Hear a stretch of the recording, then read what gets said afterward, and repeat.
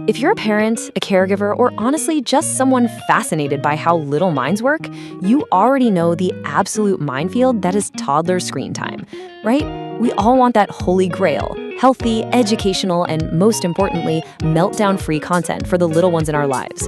Well, today, we're gonna unpack the top 5 best videos and channels for toddlers. We're basing this on recent research that actually separates the truly enriching content from, well, the digital junk food. So get ready to completely transform your approach to toddler media. Okay, let's dive right into this. What actually makes a toddler video meltdown-free? I mean, you've probably lived it. A toddler watches some super fast-paced, neon-colored cartoon, and the second you turn it off, absolute disaster strikes. The difference here really comes down to how the brain processes the media.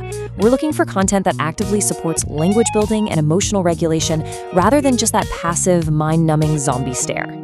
To evaluate our top picks, we're using a rubric straight from a recent research report on developmentally appropriate toddler content. Keep these 3 pillars in the back of your mind as we go through this explainer. First up, collaboration with speech professionals. This means the creators are actually consulting with pediatric speech-language pathologists. Second, low stimulation and calm aesthetics. Think gentle music, soft lighting, and way fewer of those rapid scene cuts so we prevent cognitive overload. And third, active kinesthetic participation. Basically, the show actually prompts the kid to physically move and mirror actions, building their gross and fine motor skills. All right, let's kick off our countdown with number 5. Starting us off is Boey Bear. When you turn on this channel, you immediately feel this incredibly dedicated, low-stimulation environment. Instead of just throwing a million flashy colors and loud noises at a toddler, Boey Bear uses really calm storytelling, gentle music, and minimal visual distractions to teach those foundational early concepts like shapes, colors, and counting. By just slowing the whole pace down, the child's brain actually has the time it needs to process what's happening without getting completely overwhelmed. And this brilliantly illustrates their approach. Just listen to this. 2, 2, 3, 3, 4, 4, 5, 5. That was a really good effort. Well done.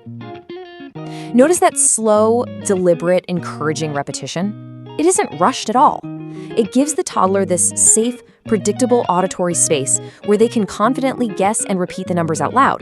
It's literally the perfect example of how a low-stimulation aesthetic can still hit really high educational goals. Moving right along to number 4. Bringing a bit more narrative and, well, machinery into the mix for the kids who love things that go, we have Max the Glow Train, specifically their incredible Amazing Water Adventure. This show focuses heavily on engaging, narrative-driven counting sequences. Instead of just flashing numbers on a blank screen, Max teams up with friends like Bob the Wooden Excavator, Fen the Boat, and Kai the Submarine. They have this whole storyline where a kitchen gets accidentally flooded, and they have to navigate the water to rescue floating fruits and vegetables. It creates a genuinely engaging story that keeps a toddler totally locked in on counting.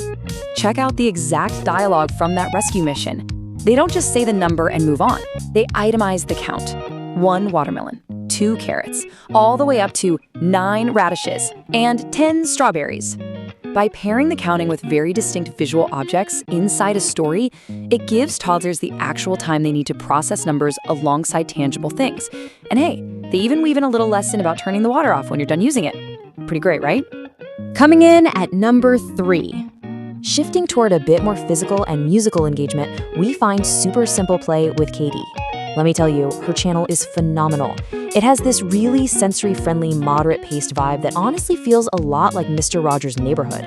What really makes Caitie stand out are her fantastic field trips, like going to a real grocery store or a music store to try out instruments, and her highly interactive preschool songs. She breaks out the shakers, sings about the weather, and just brings this wonderful, authentic energy to the screen. This brings us perfectly to our next research pillar, kinesthetic participation. Basically, this means physical movement and interactive routines that encourage toddlers to physically mirror actions, which helps develop both gross and fine motor skills. The absolute best shows transition kids from just passively absorbing a screen to actively moving their bodies. When a toddler is reaching, tapping, and stomping along with the host, they are deeply engaged in motor skill development, not just staring into space. These lyrics from Caitie's One Little Finger song are the perfect example of kinesthetic participation. 1 little finger, 1 little finger, tap, tap, tap. Point your finger up, point your finger down, put it on your head. By prompting these direct physical actions, tapping, pointing up, pointing down, and touching their head, their nose, their chin, Caitie is building an actual bridge between the digital content and the child's physical body. It is incredibly healthy active screen time.